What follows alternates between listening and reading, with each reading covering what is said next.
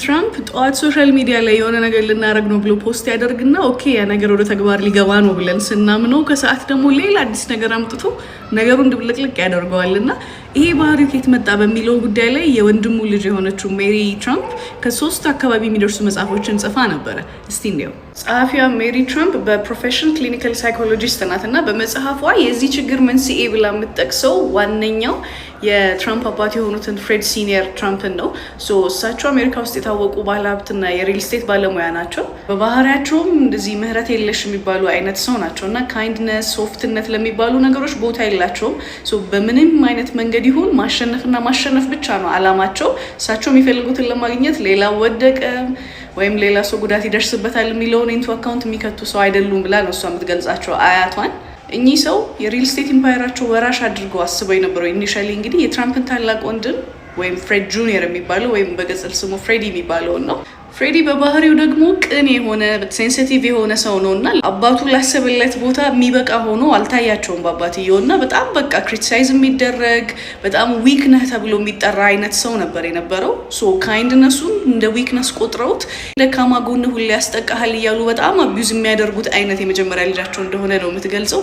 በዚህ ምክንያት እንግዲህ ፍሬዲ በጣም አልኮሆሊክ ነበረ። እድሜውም ሲሞት ወደ 42 አካባቢ ነው እና ያለ እድሜው ነው የሞተው። ኦን ቶፕ ኦፍ ዳት የፍሬዲ ህልም የነበረው ፓይለት መሆን ነበረ። አባትየው ደግሞ ይሄንን አይፈቅዱም። በሳቸው አመለካከት እንግዲህ የራሳቸውን የሪል ስቴት ኢምፓየር እንዲወርስላቸው ነው የሚፈልጉት እንጂ ፓይለት እንዲሆን አልፈለጉም ነበር እና በጣም እሱን አቢዩዝ ከማድረጋቸው የተነሳ የእሱ ታናሽ የሆነው ዶናልድ መሆን የሌለበትን ነገር እሱ ላይ ነበር እያያደገው ነው የምትለው። ስለዚህ ዶናልድ ሙሉ በሙሉ የወንድሙ ተቃራኒ ነው የሆነው። ለምንም ነገር ምህረት የሌለው ኤምፓቲ ወይም አዘኔታ የሚባል ነገር ውስጡ የሌለ ሁሉ ነገር ላይ ማሸነፍና ማሸነፍ ብቻ የሆነ ልክ ያውም እሱ በሚፈልገው መንገድ ብቻ ማለት ነው።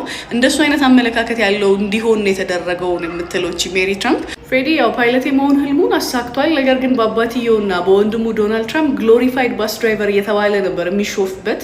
ከዛ በተጨማሪ የሚፈልገውን ነገር ለማግኘት ልክ ያለፈ ውሸትም የሚያዘወትር አይነት ሰው ነው የምትለው። ለምሳሌ ዩኒቨርሲቲ መግቢያ የሆነውን የኤስኤቲ ፈተና ራሱ እንዳልተፈተነና ጓደኛውን ከፍሎ እንደተፈተነለት ነው እቺ ሴት ከነ ማስረጃው አለኝ ብላ የምታቀርበው። ከዛ በተጨማሪ ዶናልድ ትራምፕ ፕሬዚዳንት ከመሆኑ በፊት አዘ ቢዝነስማን ሰልፍ ሜድ የሆነ ቢዝነስማን ተብሎ ነበረ በደንብ የሚታወቀው እና እሱም ውሸት እንደሆነና ቢዝነሱ ፌል ሊያደርግ ሲል ከአባቱ 400 ሚሊዮን አካባቢ የሚጠጋ እርዳታና ድጋፍ እንዳገኘ ነው እቺ ሴት የምትናገረው። የምታስታውሱ ከሆነ ኒውዮርክ ታይምስ ዶናልድ ትራምፕ ላይ የታክስ ማጭበርበር ኢንቨስቲጌሽን አድርጎበት ነበረ። ትንሽ ፖፑላር ነበረ በወቅቱና ለነሱ እንግዲህ ዊስል ብሎወር ወይም በድብቅ መረጃዎችን ስሰጥ የነበርኩት እኔ ነኝ ብላ ነው በእነዚህ መጽሐፎቿ ላይ ገልጻ የነበረው። ከዛ በተጨማሪ የዶናልድ ትራምፕን የጭካኔ ጥግ ስታስረዳ አባቷ ሊሞት ሆስፒታል ሲገባ ትራምፕ ሆስፒታል መግባቱን እያወቀ ሲኒማ ላይ ነበር የሄደው ብላ ምንም አይነት ርህራሄ ውስጡ እንደሌለ ነው ስለ ዶናልድ ትራምፕ የምትናገረው።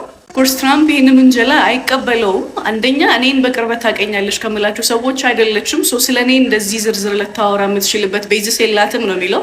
ከዛ በተጨማሪ ደግሞ ታላቅ ወንድሙ ወይም የሜሪ አባት ሲያርፍ ሜሪና ወንድሟ ይገባናል ብለው የመጡት የውርስ መጠን ስላላገኙ በዛ የተሰማቸውን ቅሬታ በዚህ መንገድ ነው ቻነል የሚያደርጉት። ለዛ ነው ስለኛ መጥፎ ነገር የሚያወሩት ብሎ ነው የሚገልጸው። የመጀመሪያው መጽሐፍ ከወጣ በኋላ የትራምፕ ቤተሰብ እቺን ሴት ከሷት ነበር ሌሎች መጽሐፎች እንዳይወጡ። ነገር ግን ፍርድ ቤት ያው ለሷ ስለፈረደላት ቀጣዮቹ 2ኛና 3ኛ ክፍል ሆነው ወጥተዋል። እቺ ሴት አሁንም ድረስ ክሌም የምታደርገው ዶናልድ ትራምፕ ጤነኛ የሆነ ሰው አይደለም፣ ሄልፕ የሚያስፈልገው ነው። አሁንም ድረስ እንደ ህፃን ልጅ ነው የሚያስበውና ለመማር፣ ለማደግ፣ ለመለወጥ ወይም የእውቀት አድማሱን ለማስፋትም የሚጥር ሰው አይደለም ብላ ነው ክሌም የምታደርገው። እናንተ የምታስቡትን ደግሞ ኮሜንት ሴክሽን ላይ ሳውቁኝ። እንደዚህ አይነት ኮንቴንት የሚመቻችሁ ከሆነ ተቀላቀሉን። ቺርስ